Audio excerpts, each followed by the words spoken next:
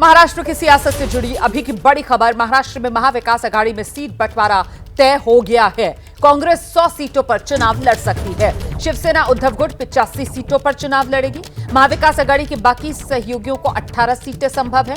85 सीटों पर ही एनसीपी शरद पवार गुट चुनाव लड़ेगा।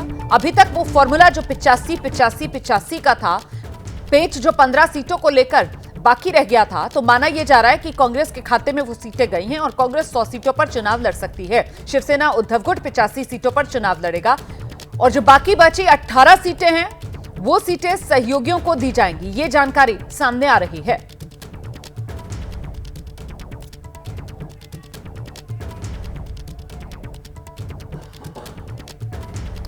आप जानते हैं किस तरीके से कल महाविकास आघाड़ी में 85 सीटों का एक फॉर्मूला जिस पर सहमति बन गई थी, उसका ऐलान कर दिया गया था। लेकिन बाकी बची सीटों को लेकर कुछ सवाल थे, जिनमें से 18 सीटें जो हैं वो सहयोगियों के लिए छोड़ने की बात पहले ही महाविकास आघाड़ी की तरफ से कह दी गई थी। जो अन्य दल साथ आएंगे महाविकास आघाड़ी में, उनके लिए 18 सीटें और बाकी बची जो 15 सीटें हैं, अब उसको लेकर जानकारी ये मिल रही है कि कांग्रेस के खाते में वो सीटें जा सकती हैं। सूत्र ये जानकारी दे रहे हैं कांग्रेस 100 सीटों पर चुनाव लड़ सकती है। सीधे आपको लेकर चलेंगे, हमारे साथ हमारे सहयोगी जनेंद्र इस वक्त मौजूद हैं। उन्हीं से जरा समझते हैं, मतलब महाविकास आघाड़ी में बड़े भाई की भूमिका में जनेंद्र, कांग्रेस पार्टी आ सकती है 100 सीटों के साथ। सबसे ज्यादा सीटों पर कांग्रेस चुनाव लड़ेगी महाराष्ट्र में।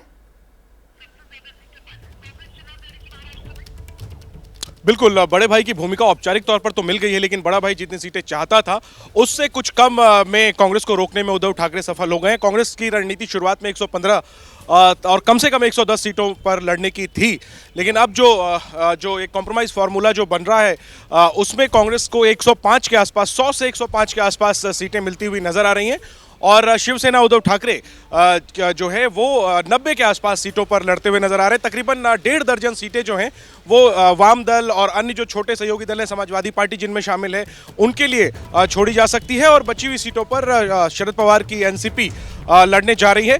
तो हालांकि आखिरी में भी कुछ ऐसी सीटें हैं, तकरीबन आधा दर्जन से 10 सीट के करीब में ऐसी सीटें हैं जिन पर पेंच फंसा हुआ है। कल शिवसेना ने जो लिस्ट जारी की थी उसमें कुछ ऐसी सीटें थी जिन पर कांग्रेस के साथ औपचारिक तौर पर बात फाइनल नहीं हुई थी, वो सीटें अनाउंस कर दी शिवसेना ने, वो भी एक पेंच है। तो कुछ सीटों पर अभी भी पेंच फंसा हुआ है, लेकिन ज़्यादातर सीटें क्लियर हो गई हैं और उसमें जो एक समीकरण नजर आ रहा है, आंकड़ा नजर आ रहा है, उसमें कांग्रेस 105 के करीब, शिवसेना उद्धव ठाकरे 90 के करीब, तकरीबन 1.5 दर्जन सीटें यानी 18 सीटें के आसपास जो है वो सहयोगियों के लिए जो तीनों बड़ी पार्टियां वो छोड़ेंगी और बची हुई सीटें एनसीपी शरद पवार लड़ने जा रहे हैं। जी रोमाना, आप रहिए मेरे साथ, मैं लौटूंगी आपके पास। तो इस बीच इससे पहले मैं मृत्युंजय का रुख करूं। देखिए, महाविकास आघाड़ी में जो सीट बंटवारे का फॉर्मूला सामने आ रहा है उसके बारे में आपको जरा जानकारी दे देते हैं। कुल 288 सीटें हैं और ऐसे में ये जो 288 सीटें, इन 288 सीटों में किस तरीके से अब बात बनती हुई नजर आ रही है। 85 सीट पर उद्धव गुट, 85 सीट पर शरद पवार गुट, 18 सीटें सहयोगियों के लिए और कल तक जो 85 का ही फॉर्मूला कांग्रेस पार्टी के लिए था, इस बार वो बढ़कर सूत्रीय बता रहे हैं 100 पर पहुंच जाएगा। जरा जल्दी से मृत्युंजय का रुख करते हैं और मृत्युंजय से समझते हैं, मतलब 85 वाला जो कल का फॉर्मूला था, जिसके बाद बाकी बची सीटों पर मृत्युंजय कहा जा रहा था कि 18 सीटें तो देखिए साथियों को दे दी जाएंगी, 15 सीटें बाकी रह गई हैं, उस पर सहमति बनी है। तो वो 15 की 15 सीटें कांग्रेस के खाते में जाती हुई नजर आ रही है क्या?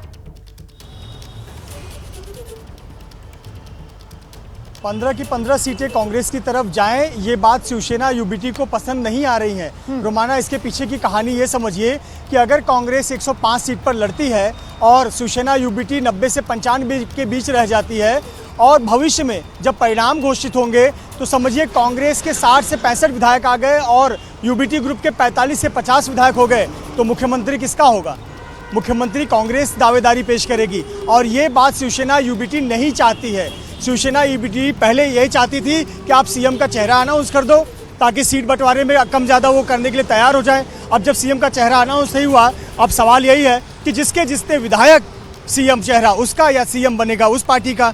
तो अब सीधी सी बात है, ज़्यादा से ज़्यादा सीटों पर उद्धव गुट लड़ना चाहता है, लेकिन यहाँ पर कांग्रेस ने जो बात रखी है वो रखी है कि लोकसभा चुनाव का आधार कि कितनी सीटों पर कांग्रेस ने लड़ा है और कितनी सीटों पर जीत हासिल की है, उसका स्ट्राइक रेट क्या है और ग्राउंड पर जीत विनिंग चांसेस किसके हैं, इस आधार पर कांग्रेस ज़्यादा सीटों पर लड़ना चाहती है। पर उद्धव इसके लिए पूरी तरह तैयार नहीं है। अब इसमें सब कुछ है कि शरद पवार क्या आखिरी निर्णय लेते हैं, शरद पवार क्या सुलह का रास्ता निकालते हैं और उस आधार पर तब ये सीट बंटवारा होगा। लेकिन एक बात ये बनती हुई नजर आ रही है कि 100 का आंकड़ा जो पार करने वाली पार्टी MVA में दिख रही है वो कांग्रेस होगी, दूसरे नंबर पर शिवसेना UBT और तीसरे पर शरद पवार होंगे। लेकिन कहीं ना कहीं 15 सीटों का जो पेच फंसा हुआ है वो कई सीटें ऐसी हैं जो बीजेपी की गढ़ वाली सीटें हैं। ठीक है। और वहां पर ये पार्टियां एक दूसरे को कह रही हैं कि आप यहां से चुनाव लड़िए, हमें दूसरी सीट जीत दीजिए। इसको लेकर भी असमंजस चल रहा है। तो मतलब कुल मिलाकर अभी कहा जाएगा कि वो 15 सीटों का पेंच अभी बाकी है। हालांकि सूत्र ये जानकारी दे रहे हैं कि बहुत मुमकिन वो 15 की 15 सीटें जो हैं वो कांग्रेस को दे दी जाए, लेकिन इसको लेकर अभी रजामंदी उद्धव गुट की तरफ से नहीं दी गई है। आखिरी फैसला यही बताया जा रहा है, शरद पवार ही लेंगे।